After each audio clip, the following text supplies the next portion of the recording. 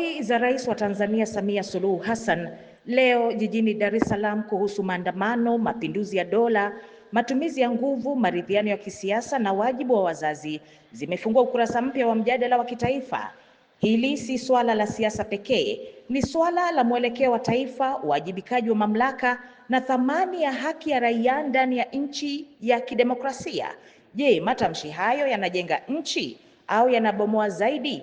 Tusikilize tahariri ya Kennedy Wandera. Hivi leo Rais Samia Suluhu Hassan akizungumza Dar es Salaam ameuliza kwa ukali, nguvu ndogo ilikuwa ni ipi? Je, ilikuwa tuwaangalie waandamanaji waliojiandaa kufanya mapinduzi hadi wafaulu? Mwisho wa nukuu. Katika swali hili alilouliza rais kuna ujumbe mzito kwamba serikali ilikuwa na sababu ya kutumia nguvu kubwa. Taifa linalojenga misingi ya utawala wa sheria lazima liwe tayari kuuliza, je, nguvu iliyotumika ililinda amani au ilizalisha hofu? Je, ilikuwa lazima? Na je, hatua mbadala zilikuwepo? Ni kweli kwamba majeshi ya ulinzi na usalama yana wajibu wa kulinda nchi, mipaka, raia na mali zao, alivyosema rais. Lakini katika nchi yoyote inayotaka kusonga mbele, matumizi ya nguvu si tu swala la kulinganisha na ukubwa wa tukio, bali pia kulinganisha na viwango vya haki za binadamu, uwazi wa mamlaka na dhamana ya kuaminiwa na umma. Ulinzi wa taifa haupasi kuwa chanzo cha majeraha ya taifa hilo. Kauli hii haizungumzii tukio moja tu, inaonyesha falsafa pana ya namna ambavyo serikali inaona wajibu wake katika kulinda usalama. Lakini uzito wake upo katika sehemu mbili. Moja, inahoji dhana ya uwiano wa nguvu badala ya kueleza serikali inauliza. Pili, inaunganisha maandamano na jaribio la mapinduzi, jambo lenye athari kubwa kwa taswira ya raia wanaotumia haki yao ya kidemokrasia ya kuandamana. Katika nchi yoyote yenye utaratibu wa kidemokrasia, swali kuhusu viwango vya nguvu ni swala la kimsingi. Ni swali linalojibiwa na sheria, kanuni na uchunguzi huru na rekodi ya matukio.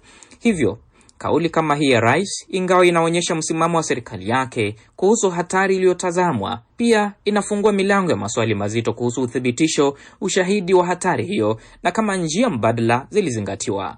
Zaidi ya yote, kauli hii ina athari ya kiutawala. Ikiwa nguvu kubwa ilitumika na serikali ya Rais Samia Suluhu Hassan inaamini ilikuwa sahihi, basi taifa linahitaji uwazi wa kina kuhusu mazingira yaliyolazimisha serikali ya Rais Samia Suluhu kwa matumizi hayo.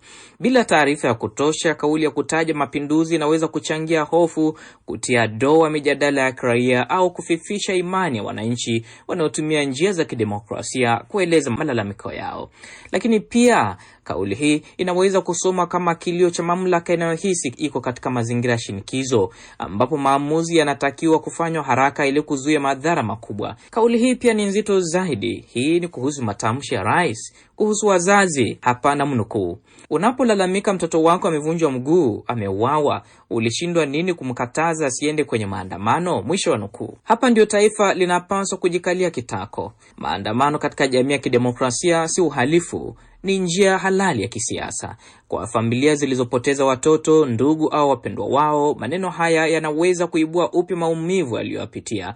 Badala ya kuona ishara ya faraja, wajibikaji au tayari wa serikali kusikiliza kilio chao, wanaweza kuyasikia kama kisingizio cha kutetea tukio lililoacha bila watoto wao. Katika mazingira kama haya, kauli ya kiongozi mkuu wa nchi inaweza kutafsiriwa kama ukosefu wa ukaribu wa kihisia na jumuiya iliyoathirika.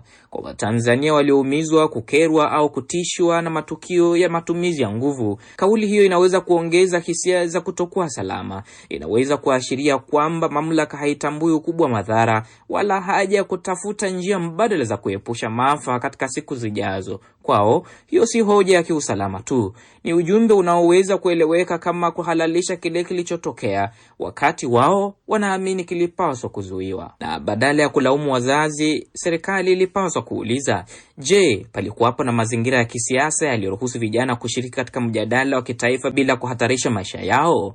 Je, taasisi zilizopo zinalinda amani au zinapandikiza woga? Kwa ujumla, kauli hizi zimeibua swali moja kubwa kuliko yote. Tanzania inataka kuwa taifa gani? taifa linalojadiliana bila hofu, taifa lenye taasisi zinazowajibika, taifa linalolinda haki bila kuadhibu uhuru, au taifa linaloamini kwamba utulivu unaweza kupatikana bila kusikiliza vilio vya raia wake? Ni wakati wa kujitazama kwenye kioo cha taifa, sio kwa chuki, sio kwa jazba, bali kwa ujasiri, kwa sababu taifa lisilojiuliza maswali hujikuta likijibu maswali magumu kwa gharama kubwa sana. Huu ndio wakati wa kusafisha hewa ya kisiasa, na rais ana wajibu huu wa kujenga maridhiano ya kweli na kurudisha imani ya kizazi kinachokuja kwamba nchi yao ni mahali ambapo sauti zao hazitawahi kuwa hatari na hazitawahi kudidimizwa.